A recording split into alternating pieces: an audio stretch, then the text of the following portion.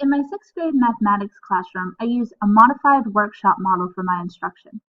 This method allows me to easier differentiate instruction for the many students that I see during the day.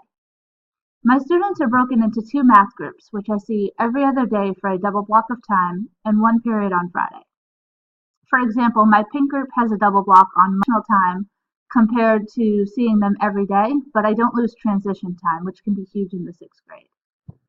I start each unit by giving a pre-assessment to determine which students might opt out of a particular lesson or even the entire unit.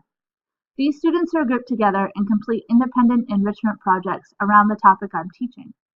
For example, a student who might have opted out of a week or more of lessons these students took a recipe and they needed to do the math work to scale up the recipe to feed the entire class and also to scale down the recipe to come up with just a single serving.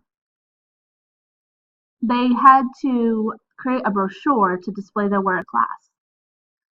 Once the students with the highest needs or more long-term projects are met, I look at finding challenge assignments for just a student who might have opted out of just a single lesson.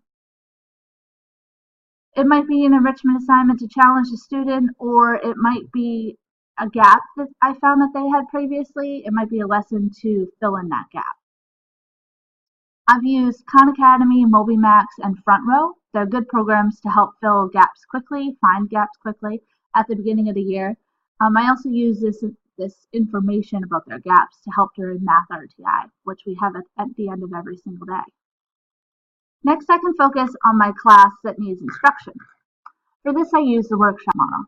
I start with a 5-minute warm-up that might be reviewing a past skill or to determine if a misconception might happen around the topic I'll be teaching that day. Then I do direct instruction, which I try to limit to 10 to 15 minutes. Depending on the class and the topic, this could take more like 25 minutes, which when I only have a 45-minute block can be a challenge. Students break into clockwork partners to practice the skill I have modeled. Clockwork partners are students. They have 4 different sets of partners, a 12, a 3, a 6, and a 9 o'clock partner. I assign 2 of the times, and then they choose their other 2 partners. So I might assign the 12 and the 6 o'clock partner, and they choose their 3 and their 9 o'clock partner. These partners stay the same all year, and we practice how to break out into peer work, so there's no lost instruction time to transition to this piece of the workshop model.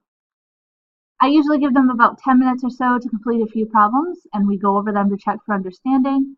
During this time, I move around and meet with the pairs, listen in.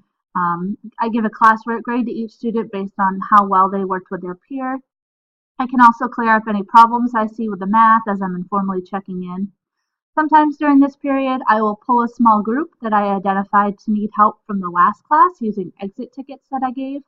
Or if I notice a few different pairs need some more help, I will group them together and we work as a small group to complete the problems. After quickly going over the problems, I assign some for students to work on independently. While the students are working independently, I pull any students I made note of that were having difficulty during the peer practice, and I work with those students. Finally, I have about 5 minutes left if on a good day for a closure to end the lesson. This might be assigning homework, answering final questions, or a short "did you get it" problem. Students are given an exit ticket to complete. They file it in the got it, almost, kind of, or no idea folders I have at the back of my room. That also gives me more information on how they feel they understood the lesson for the day. That is how I have modified a workshop model to suit my mathematics classroom.